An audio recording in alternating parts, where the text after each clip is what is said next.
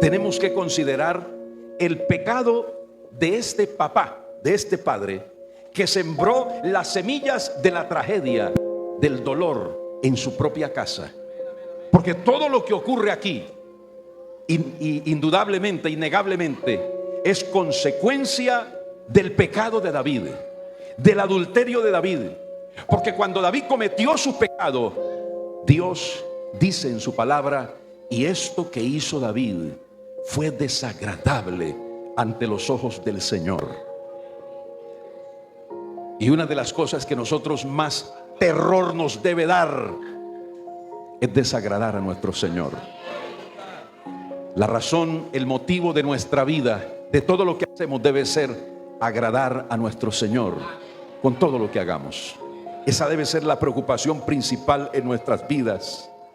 David no respetó la sagrada institución del matrimonio. El matrimonio, esa institución divina, David no la tomó como algo importante y valioso y que debía respetarse. Y hoy en día, lamentablemente, hay muchos hombres para quien el matrimonio no significa nada. Andando por la calle, tratando con otras mujeres, algunos incluso portando el anillo de matrimonio, la argolla que representa el sello y la unión hasta la muerte con esa mujer que se casó. No le importa nada a algunos. Para algunos el matrimonio no significa nada. De hecho, vivimos en tiempos donde la gente dice: no, eso, vayámonos a vivir así. Le tienen fobia al matrimonio. Y está aparentemente de moda esas relaciones sin compromiso.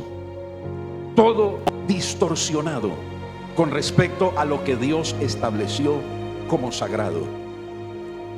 Así que a David no le bastaba una sola mujer.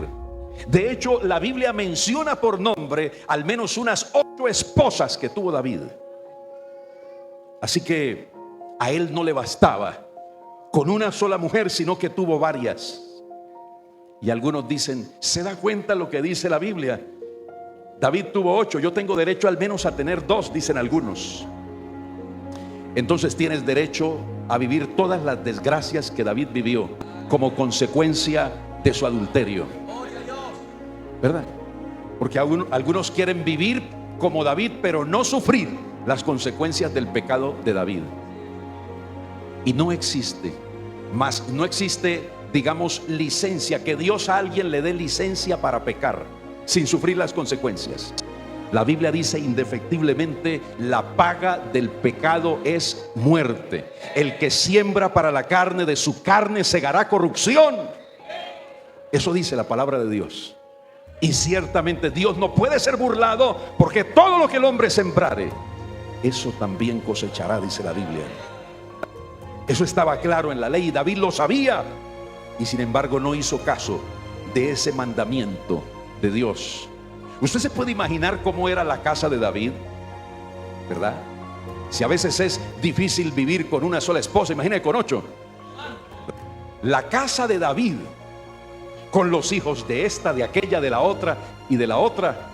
Hermano, la casa de David era un hervidero de problemas, un hervidero de recelos, intrigas, odios, hasta que finalmente eso explotó y terminó en violación, en asesinato, como lo vemos en este pasaje.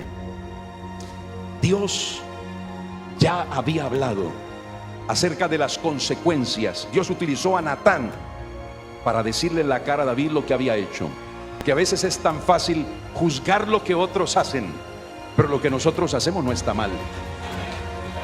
Entonces, como el Señor sabe lo laxos que somos con nuestros pecados y lo severos que somos con los de los demás, por eso Natán no fue directamente a David diciéndole: tú has pecado, sino: rey, tengo una historia que contarte. Le cuenta la historia, ¿verdad? De la corderita que el hombre que tenía muchas, no tomó de las muchas que tenía, sino la que tenía, la única que tenía su vecino. Y con esta historia Dios hace que David dicte su propia sentencia. Porque cuando David escucha eso, dice: eso no puede ser. El que hizo semejante cosa merece la muerte. Natán le dice: ese eres tú.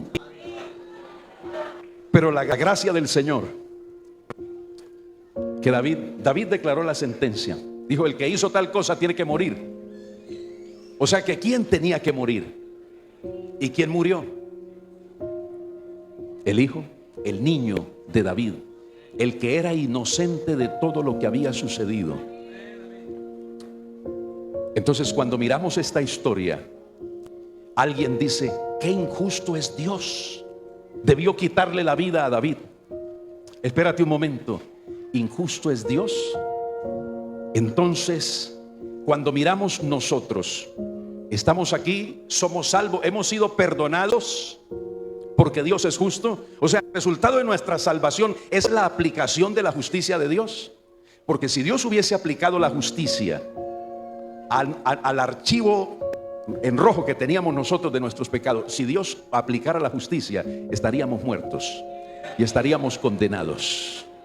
Dios no nos dio lo que nos merecíamos. Él nos ha dado a nosotros lo que no nos merecíamos. Merecíamos la condenación, el castigo eterno, y Él nos dio salvación y vida eterna por su gracia y por su misericordia. De manera que esa desgracia que ocurrió en medio de los hijos de David, porque parece, hermanos, que cuando Dios quiere llamar nuestra atención hacia Él y nosotros no le prestamos atención a Dios, Dios toca donde más nos duele a nosotros. Porque si la calamidad la hubiese sufrido el mismo David, no le hubiese dolido tanto como fue ver a sus hijos sufrir. Y en cada desgracia que le acontecía a sus hijos, David decir: esto es mi culpa. Mis hijos están sufriendo por el pecado que yo cometí, por la brutalidad que yo cometí, por lo que yo hice. Mis hijos están sufriendo. Así que eso es lo que engendra y lo que origina el pecado. Si hay algo a lo que nosotros debemos tenerle miedo y terror, es al pecado. La Biblia dice, y especialmente con respecto al pecado de adulterio, mis estimados caballeros que estamos aquí, que somos casados: mas el que comete adulterio es falto de entendimiento. La Biblia no dice que el adulterio es un error, es un sucio pecado, si lo llamamos como debe ser. Porque cuando David pidió perdón, no dijo: Señor, perdóname mi error, discúlpame por esa falta que cometí. Él habló de gran maldad, él habló de suciedad, de todo lo que le representaba el pecado. Porque cuando estamos ciegos, como dije, no vemos la gravedad, no sabemos lo que es el pecado. Pero cuando el Señor llega a nuestras vidas y nos salva, decimos: Dios mío, ¿qué era lo que yo estaba haciendo? Las hermanas dicen: qué vergüenza como yo me vestía antes. De solo pensar en lo que yo hacía antes, siento una vergüenza. Porque cuando estamos ciegos, no sabemos lo que es el pecado.